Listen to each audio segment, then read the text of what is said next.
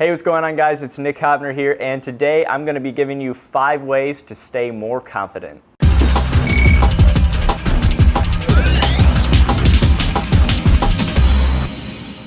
So number 1 is exercise daily, and this seems like something that everyone says about being more confident, but if you exercise more daily, we talked about this before, you increase your levels of dopamine and of endorphins. So endorphins are the immediate one, and then dopamine increases later on. Then throughout the day, it's kind of more sustainable than endorphins. And not only does it boost your confidence, but it also boosts your mood. You feel a little bit lighter, you feel a little bit happier throughout your day, which also draws in a little bit more inspiration. It draws in a little bit more creative energy. So exercising every day, even if it's just doing like 20 air squats or 10 push-ups or 3 crunches, it doesn't matter. Somehow set aside 5 or 10 minutes if you can't make it to the gym or something and exercise daily. Walk, it doesn't matter. Any kind of exercise is going to increase your levels of endorphins and then therefore dopamine. Number 2 is one of my personal favorites actually, and it is the practice of saying no. So a lot of times people are very submissive. They kind of just, they'll say, okay, sure, I'll do it, or, have you ever heard the idea of, the danger of or something like that? So basically, doing that, you're not standing your ground. You're not being wholly you. You're kind of just submitting to whoever's asking you to do something, or whoever's trying to sell you on something. So practice the art of saying no. And this doesn't mean that you have to say no to everything, but this is saying no when you really mean it. When you feel that you should be saying no to something, say no, and practice saying no.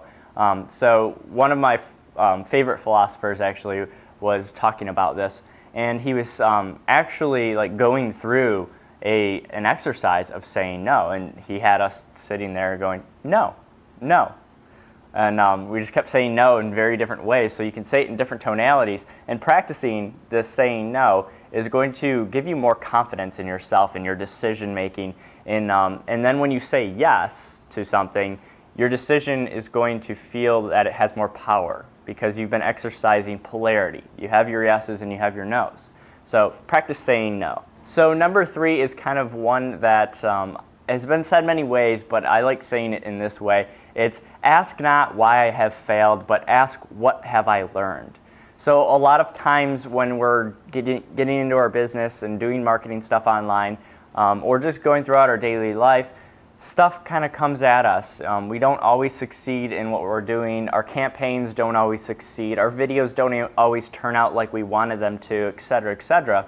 And it's very easy to fall into the dump of, why did I fail? Like, gosh, this sucks. First of all, asking why is not what you want to do to yourself, and we've talked about that many times with Blair on webinars and in some of our courses, which is great. But secondly, it automatically makes you emotional. It puts you in an emotional state by asking that. So by asking, what have I learned, you're now putting yourself into a different level of thought. So this is the simplicity of reactive thought versus proactive thought. You're immediately pulling yourself out of that, crap, why have I failed, and into, okay, what have I learned and how can I move forward in a different way? So ask not why I have failed, but ask what have I learned. So number 4 is actually pretty simple, and it's amazing to me how little attention this is paid to when it comes to confidence, and it's stay groomed. So a lot of times if we let ourselves go, we're working hard, we're doing a bunch of things, you have the kids to take care of, you have to feed them, you have to bring them to school, whatever, and then you don't have time, so you have to rush off to work or something, and then you get home and you have to work in your business, all this stuff.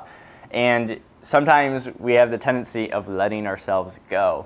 But staying groomed and taking the 5 minutes that it really takes to stay groomed, I know for you ladies it takes a little bit longer, but staying groomed is going to boost your confidence to a very different level. You're going to feel cleaner, you're going to feel more professional, and you're going to look more professional as well.